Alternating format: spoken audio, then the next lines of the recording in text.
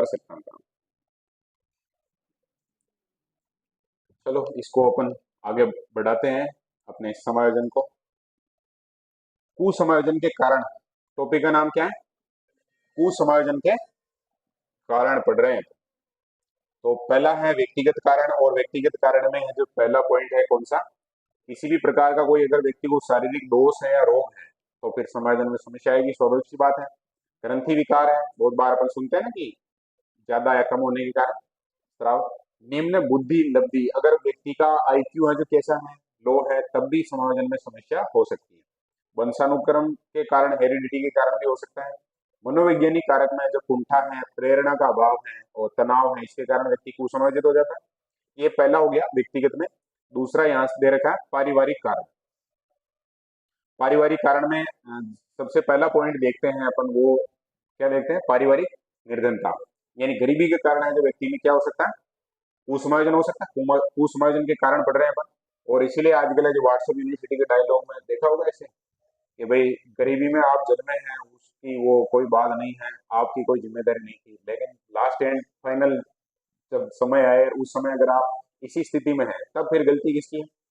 हाँ, फिर वो व्यक्ति की गलती मानी जाती है। तो ये भी एक कुसमायोजन का कारण हो सकता है। आवश्यकताओं की पूर्ति का ना होना सबसे महत्वपूर्ण बात नहीं है। माता पिता अगर नकारात्मक व्यवहार करते हैं, यहाँ हालांकि व्यवहार लिखा हुआ है, इसको अपन जो नेगेटिव में समझ सकते हैं, नेगेटिव व्यवहार है तो कुसमायोजित होगा व्यक्ति। पक्षपात और उपेक्षापूर्ण व्यवहार है, जैसे आप है जो दो तीन भाई हैं या जो भी है आपके प्रति है जो पक्षपात करते हैं माता पिता, तब भी है जो आप कुसमायोजित हो जाएंगे। और ये है जो बहुत बार एक भयंकर लेवल का कारण बनता है। झगड़े, अनुचित व्यवहार, अगर घर में है जो लड़ाई झगड़ा होता रहता है घर वालों के बीच में, तब भी व्यक्ति कुसमायोजित हो सकता है। ये सारे के सारे कौन से कारक हो गए? पारिवारिक कारक हो गए। सामाजिक कारक में अपन अगर देखें तो समाज की जो संरचना है, हमारी जो सोशल जो वो सिस्टम है, उसमें जातिवाद है, वर्ग भेदभाव है, ऊंच नीच का भाव है, या जो साहित्य है उसको भी इसमें मान रखा है, तो ये सारे के सारे कौन से कारण आ जाएंगे? बोलो, सामाजिक कारण आ जाएंगे। विद्यालय संबंधी कारक में क्या आएगा? तो विद्यालय में तो एक ही बात आ सकती है, अगर टीचर आपके प्रति जो पक्षपातपूर्ण व्यवहार करते हैं या जो स्कूल का इन्वायरमेंट है पूरा का पूरा वही गड़बड़ है, दोषपूर्ण है, तब, या फिर शिक्षण विधियां पाठ्यक्रम वगैरह गड़बड़ है, सहायक सामग्री नहीं है, बोर्ड वगैरह नहीं है जिससे पढ़ा रहे हैं ऐसा, या पाठ्य सहगामी क्रियाएं बिल्कुल नहीं होती हैं, तब भी बालक है जो कुसमायोजित हो सकता है। इसमें जो सबसे खतरनाक है विद्यालय संबंधी कारकों में कौन सा लग रहा है? हाँ, ये अगर होता है तब फिर समायोजन है जो डिस्टर्ब होगा ही होगा, बाकी चीजों को मैनेज किया जा सकता है। भौतिक इन्वायरमेंट में बाढ़, भूकंप, सुनामी वगैरह कोई भी इस तरह की, तो 5 कारक बताए हैं इन्होंने कुसमायोजन के। और क्लियर है, परीक्षा में अगर आएगा कोई तो आराम से। व्यक्तिगत में कौन कौन से पढ़े हमने? बोलो देगा। हाँ, किसी प्रकार की बीमारी का होना, और आईक्यू कम होना, और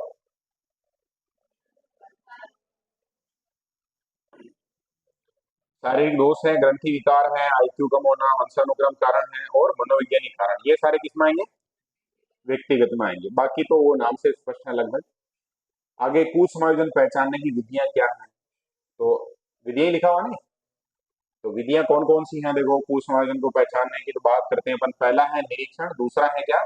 साक्षात्कार। हेगरी ओल्सन विकमैन की व्यवहार रेटिंग स्केल, तो ये है जो एक रेटिंग स्केल बनाई, किसने बनाई बोलो? हेगरी ओल्सन विकमैन। फिर रोजर का व्यक्तित्व समायोजन परीक्षण अभी पढ़ गया है। रोजन विक था या रोजर था वो? हाँ, वो अलग है, ये अलग है। ये व्यक्तित्व समायोजन परीक्षण, व्यक्तित्व वाला टॉपिक को इधर ले लिया इसने। मोनी जहां सूची है, टेलर की व्याकुलता स्केल है, बेल समायोजन सूची है, मिनीसोटा है बहुपक्षीय व्यक्तित्व अनुसूची, हिलफोर्ड जेमरमैन है स्वभाव सर्वेक्षण। रोजर्स ने 21वें विद्यालय बच्चों के लिए समायोजन सूची का निर्माण किया था। तो ये 10 एक लगभग है जो कुसमायोजन पहचानने की विधियों में आते हैं।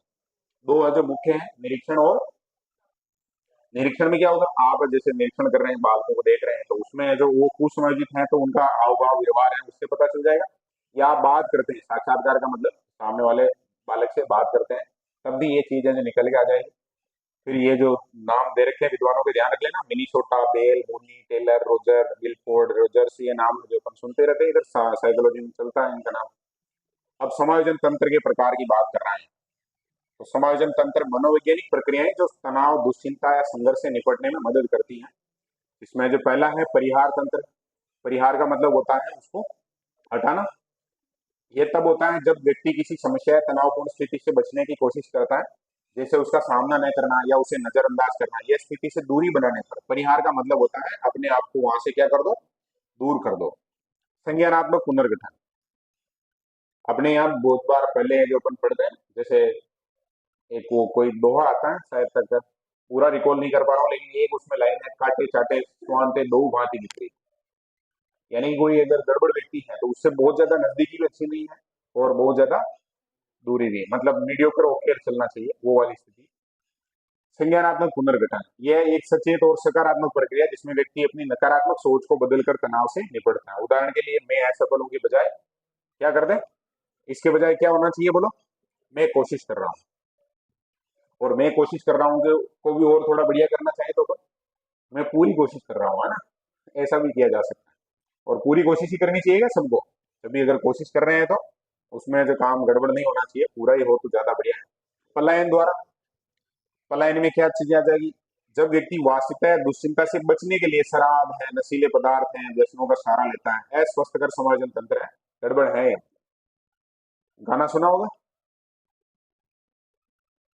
क्योंकि ये कौन सा गाना, बोलो ना, कोई सा भी गाना जो इसको बता रहा है, जैसे ये याद आ जाए तो बोलो। थोड़ा बहुत हमारी स्मृतियों में ये चीजें रहती तो है, लेकिन हम जवाब देना नहीं चाहते। बोलो दे, कौन सा गाना इससे जुड़ा हो। हाँ, पीता हूँ गम भुलाने को, या तेरा गम अगर न होता तो मैं, हाँ, ये है, तो ये अस्वस्थ कर है, गड़बड़ है मामला। तो सबसे ज्यादा गम अपने आसपास में कहाँ है, बोलो, मतलब सबसे ज्यादा इसका उपयोग कहाँ करते हैं, बोलो। सभी जगह करते हैं आजकल तो, क्योंकि यह समस्या का समाधान नहीं करता बल्कि उसे अस्थायी रूप से भुलाने की कोशिश करता है। लेकिन वो रूप कैसा है बुलाने का, बोलो, अस्थायी है, इसीलिए अस्वस्थकर समायोजन तंत्र है। अब परीक्षा में प्रश्न कैसा बनेगा उसकी बात कर लो। परीक्षा में प्रश्न बनेगा कि इनमें से कौन सा है जो अस्वस्थकर समायोजन तंत्र है, तब अपने को आंसर देना है, क्या बोलो, पलायन द्वारा समायोजन। ठीक है। बीमारी द्वारा समायोजन, तनाव से बचने के लिए जो बीमारी का बहाना बना देता है, सिर दर्द, क्या कहता है, मारो की डुगरी। अब उसको चेक कैसे करें, है ना, कोई कहीं मुझे बुखार आ रही है तो टेम्परेचर चेक किया जा सकता है, भले थोड़ा पता चल जाए, लेकिन सिर दर्द का पता नहीं लगेगा। थकान की शिकायत करना, और कभी ऐसे मत सोच लेना एक्चुअल पे किसी का सिर दर्द कर रहा हो तुम ऐसे कहोगे अच्छा समायोजन कर रहा है ना, बेचारे को और पहले से ही परेशान है, गड़बड़ नहीं हो जाएगा। एक बहिर्दंडात्मक, इस तंत्र में व्यक्ति अपनी हताशा, गुस्सा या असफलता का दोष बाहरी स्रोतों, जैसे लोग, परिस्थितियां, वस्तुओं पर डाल देता है। उदाहरण के लिए यदि कोई छात्र परीक्षा में असफल होता है तो वह कह सकता है शिक्षक ने ठीक से नहीं पढ़ाया, शिक्षक है जो एक्सपर्ट नहीं था क्या नहीं था बोलो, एक्सपर्ट नहीं था, तो इसलिए गड़बड़ हो गया मामला। इसको क्या कहेंगे बोलो, बहिर्दंडात्मक। फर्क तो पड़ सकता है ना शिक्षक से भी, बोलो फर्क पड़ सकता नहीं पड़ सकता, पड़ सकता। और अंतर्दंडात्मक, ये कब कहना चाहिए शिक्षक ने ठीक से नहीं पढ़ाया, जैसे आईक्यू लेवल बहुत अच्छा है किसी विद्यार्थी का, सबसे होशियार है, वो फेल हो जाए, तब ये बात मानी जा सकती है ना। सामान्य विद्यार्थी के रूप में जब भी आपकी क्लास में जो आपके लेवल का, आईक्यू लेवल का बच्चा अगर सफल हो रहा है, तब आप असफल हो रहे हैं, तब ये बात नहीं चलेगी। अंत्य दंडात्मक में क्या आएगा, हताशा या असफलता का दोष किस पर लेता है बोलो, खुद पर लेता है। अंत्य का मतलब इंटरनल हो गया, वो जो एक्सटर्नल हो गया। आत्म आलोचना करता हूं, उदाहरण के लिए वही छात्र कह सकता है मैं बहुत पागल हूँ, ये हताशा अंदर की ओर ले जाता है, नहीं कि बाहर और। जब फेल हो जाता है तो क्या कहता है, मैं बहुत पागल हूँ, जब मुझे पढ़ाई करनी थी उस समय मैं जो रिले चलाता था, मेरे घर वाले और मास्टर सब कहते थे बंदर बंदर कांचर, लेकिन मैं जो किताब को हाथ नहीं लगाता था तो मैं फेल हो गया, है ना। तो इसको क्या कहेंगे, अंतर्दंडात्मक। समायोजन में शिक्षक की भूमिका क्या रहेगी, इसके बारे में बात करनी चाहिए हमें। अगर कोई पॉजिटिव माइंडसेट के साथ कोई टीचर है जो पेपर बनाएंगे तो निश्चित रूप से ये प्रश्न बनने की संभावना रहेगी यहाँ से, क्योंकि जो विद्यार्थी रीट लेवल 1 का पेपर दे रहा है उसके लिए सबसे काम की चीजें यहीं से शुरू हो रही है। निदानात्मक उपचारात्मक विधि का प्रयोग करें, कारणों का पता लगाकर समाधान। टीचिंग एप्टीट्यूड का कोई भी क्वेश्चन अगर ऐसा देखते हैं अपन जहाँ गड़बड़ होती है तो उसमें जो आंसर क्या था, कारणों का पता लगाना और उसका समाधान करना। सकारात्मक अभिवृत्ति का विकास करना, कोई भी बालक है चाहे सफल हो असफल हो, किसी प्रकार की समस्या है उसके मन में जो एटीट्यूड है उसका, उसको कैसा रखने का प्रयास करे टीचर? सकारात्मक। कैसे न कैसे, प्रेम सहयोग सहानुभूति ये है ही है कहानियां, दुनिया में कोई चीज ऐसी नहीं है।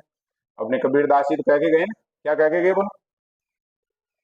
अरे पंडित होने के लिए क्या जरूरी है? उन्होंने तो यही कहा ना कि आप है जो प्रेम सहयोग और सद्भाव के साथ व्यवहार करते हैं तो आप है जो पंडित है। बाकी आपने चारों वेद पढ़ रखे हैं फिर भी आप लोगों के साथ अगर रूखा व्यवहार करते हैं तब जो आप गड़बड़ है। व्यंग्यात्मक टिप्पणी का प्रयोग न करना। व्यंग्यात्मक टिप्पणी में क्या आएगा बोलो? जैसे किसी के नंबर कम आ रहे हैं, आप उसको क्या कहोगे? मतलब टीचर के रूप में कहते हैं ना, बहुत सारे टीचर कहते हैं ढीठ है, ठोट है, ये तो गधा है, या और भी आजकल तो नए नए शब्द लेके आ गए। हालांकि वो टीचर ऐसे कह के ऐसे सोच लेते हैं भाई बढ़िया मजा आ गया इसको रस। उस टीचर को भी वो जब बाहर जाते हैं तो खूब ऐसे डायलॉग मारते हैं, उसका नाम ही अलग निकाल कर रखते हैं। सिस्टम रहता है, रहता नहीं रहता है? जैसे वो तैसा वाला है सिस्टम। अच्छा उदाहरण या आदर्श प्रस्तुत करें, ये बहुत बढ़िया बात हो सकती है।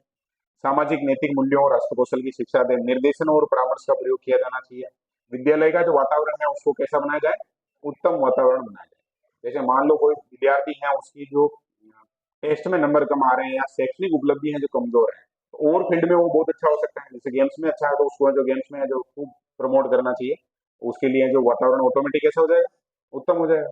उपयुक्त पाठ्यचर्या, अंत्यक्रिया, व्यक्तिगत ध्यान देना, पर्सनल थोड़ा ध्यान देना चाहिए, तब जाके भी थोड़ा ठीक हो सकता है।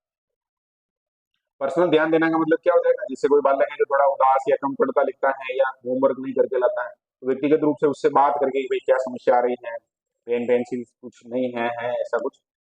माता पिता का व्यवहार कुसमाजित बालक के साथ, तो ये जो पॉइंट देखे हमने, कितने पॉइंट देखे बोलो? 8 पॉइंट देखे। ये सारे के सारे डिपेंड है किस पर बोलो? शिक्षक पर। इनको एक बार वापस बात करते हैं। निदानात्मक उपचारात्मक विधि का प्रयोग करना, मतलब कारण का पता लगाना और उसका इलाज करना। फिर अभिवृत्ति कैसी विकसित करे बच्चे में? सकारात्मक। सकारात्मक अभिवृत्ति का मतलब क्या है? बहुत सारी चीजें हैं जो हमारे कंट्रोल में नहीं है, जैसे तो उसको बच्चे को ये चीज समझानी कि भाई ये चीज है जो अपने कंट्रोल में नहीं है। प्रेम सहयोग सहानुभूति की बात आई गई है। व्यंग्यात्मक टिप्पणी की बात नेगेटिव रूप में है, जो आपको व्यंग्यात्मक टिप्पणी नहीं करनी है बालक पर, उसका नकारात्मक प्रभाव पड़ता है। या बालक अपने आप में जो अपने बारे में, खुद के बारे में ऐसे सोचने लग जाता है कि मैं जो कैसा हूँ, जो मास्टर कह रहा है वही। अच्छा उदाहरण आदर्श प्रस्तुत करना, सामाजिक नैतिक मूल्य, हस्तकौशल, ये बात हो सकती है। निर्देशन परामर्श। विद्यालय का वातावरण तो भले ही कोई भी स्थिति हो, विद्यालय का हो चाहे जो भी इंस्टीट्यूट है, चाहे अपने परिवार का हो, हमेशा वातावरण को कैसा बनाने का प्रयास करना चाहिए अपने को? उत्तम होना चाहिए। फिर माता पिता के व्यवहार कुसमाजित बालकों के साथ कैसा हो? तो माता पिताओं की क्या क्या जिम्मेदारी है? 4 है। तो चारों है जो अच्छे से ध्यान में रहनी चाहिए अपने। मूलभूत आवश्यकताओं की क्या करें? पूर्ति करें। अब मूलभूत आवश्यकताओं का मतलब यही है, बालक जब भी पढ़ने जा रहा है तो विद्यालय की उसके वेशभूषा होनी चाहिए, और क्या होना चाहिए? ढंग का एक बैग ला के दो उसको, कॉपियां वोपियां चाहिए, नहीं है पेंसिल पेन ऐसा कुछ। फिर बालकों के सामने झगड़ा नहीं करे। अब कहने वाला ऐसे कहना है कि बालकों के सामने झगड़ा नहीं करें, तो बाद में झगड़ा कर सकते हैं, बाद में भी झगड़ा नहीं करें, यहाँ तक स्थिति होनी चाहिए। बालक की दूसरे बच्चों से तुलना ना करें। बहुत बार ऐसे होता है ना कि मौको छोड़ो तो तेरा नंबर लगे, और तू तो ठीक काम को ने 18% ही बढ़िया था रहा है ऐसे। अभी कल परसों ही मैं थोड़ी बातचीत कर रहा था, कल ही की तो बात है ऐसे। तो ऐसे बात में बात आई थी ऐसे कि भाई अभी थोड़ा मामला गड़बड़ है, उसका कारण है कि दूसरों को ज्यादा परसेंट बन गए, मेरे थोड़े कम बन गए। हालांकि वो जो परसेंट बने, मैंने सुना कि भाई कितने परसेंट बने, तो 80+ है, तो 80+ का मतलब तो बहुत ज्यादा होता है। फिर भी अब जो है माता पिता है, अपने जो भी गार्जियन है, तो उनका बहुत बार ऐसे तुलना करके गड़बड़ कर देते हैं। बालक के भविष्य के प्रति ज्यादा उत्सुक न हो। ज्यादा उत्सुक का मतलब क्या है? बहुत ज्यादा ऐसे रोज रोज रोज रोज उसको जो फ्रस्ट्रेशन में नहीं डालना।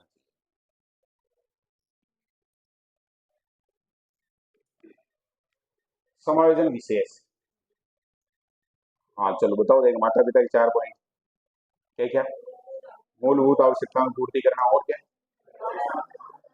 झगड़ा नहीं करना, है ना? और झगड़े में यहाँ क्या लिखा हुआ? बालकों के सामने झगड़ा नहीं करें। और अपन क्या बात करें? इसकी आवश्यकता ही नहीं पड़े ऐसा प्रयास करो। और तुलना नहीं करनी है, और अति उत्सुकता अच्छी नहीं है ना? समायोजन विशेष। आग्रहिता व्यक्तित्व।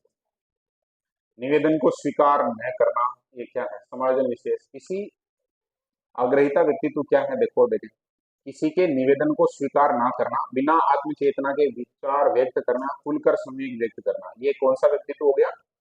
आग्रही था। अब क्या है जो देख लेंगे अपन। हिप्पोक्रेटिस, मुझे लग रहा है कि ये शायद तक बची हुई कहानियां जो कोई प्रश्न वगैरह में यूनिवर्सिटी में ऐसे ही पेपर होते हैं वहां आया हुआ है। हिप्पोक्रेटिस को फादर ऑफ मेडिसिन कहा जाता है, तो इसको याद रखना देगा, है ना। मेडिसिन ही है ना ये सब। फादर ऑफ मेडिसिन कौन है? हिप्पोक्रेटिस है। अपन जब व्यक्तित्व के वो प्रकार पढ़ते हैं उसमें नाम आता है इसका, कौन से प्रकार दिए? कौन कौन से? हाँ, मेलेनकोली कर वही है ना ये। फ्राइड के अनुसार तीन केंद्रीय शक्ति व्यक्तित्व निर्माण में काम करती है, अंतर्मोद भाग है। फ्राइड की जो अपने आप में ये अलग ही स्टोरी है। तार्किक चिंतन व नैतिक मानक और मूल प्रवृत्ति आवश्यकता। इसमें हम वो पढ़ते हैं ना, ईगो, और वो किस में आते हैं बोलो? ईगो, सुपर ईगो, इड, वो किस में आते हैं?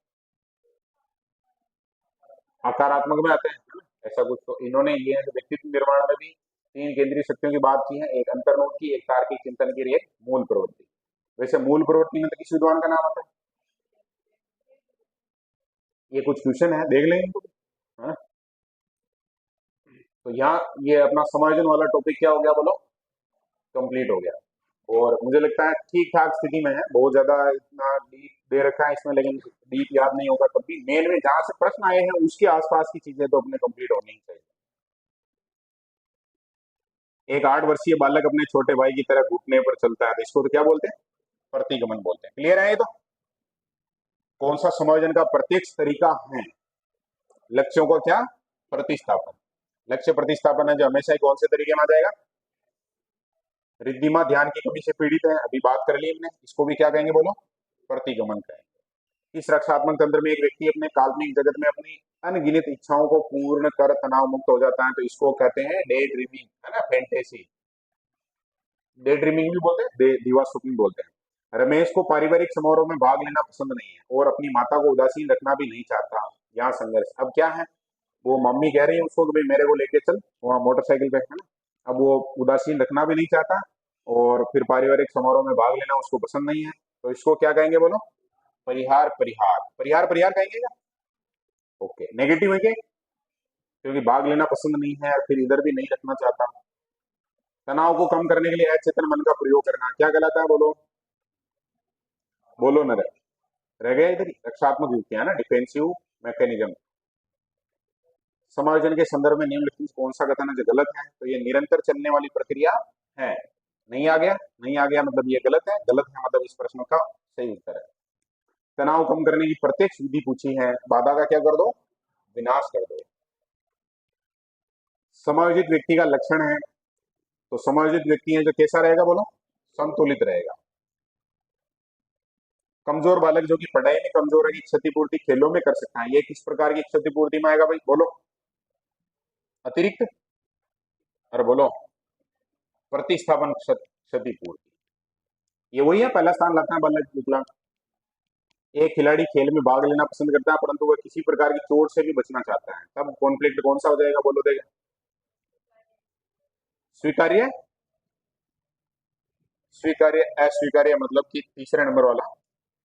बस, ये इतनी कहानी थी अपनी, कौन सी बोलो? समायोजन वाली। और मुझे लगता है समायोजन के साथ साथ इमोशनल इंटेलिजेंस को भी पढ़ लेना चाहिए था अपने को, लेकिन वह ठीक है। अब जून आ जाएगा अपने, और क्या। अगर 31 तारीख को बीएससीसी वालों की छुट्टी रखेंगे तो फिर बोलो?